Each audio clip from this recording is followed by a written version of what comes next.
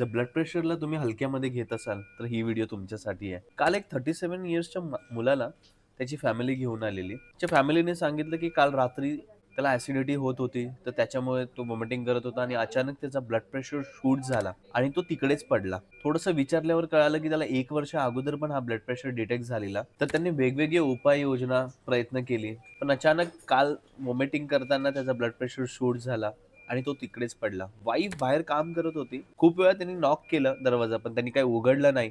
जेव्हा त्या खिडकीतून, मागच्या खिडकीतून बघितलं, तेव्हा कळालं की तो खाली पडलाय. तो दरवाजा तोडून ते लोकं आतमध्ये गेले आणि त्याला जवळच्या हॉस्पिटलमध्ये जेव्हा त्यांनी धाव घेतली, तिकडे जेव्हा सीटी स्कॅन काढलं, तेव्हा कळालं की त्याच्या राइट साइडच्या मेंदूमध्ये रक्तवाहिनी फुटली आहे आणि रक्तस्राव झालेला आहे.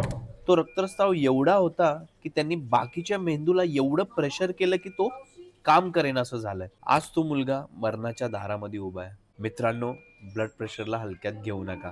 37 इयर्स वय काहीच नाहीये. विचार करा.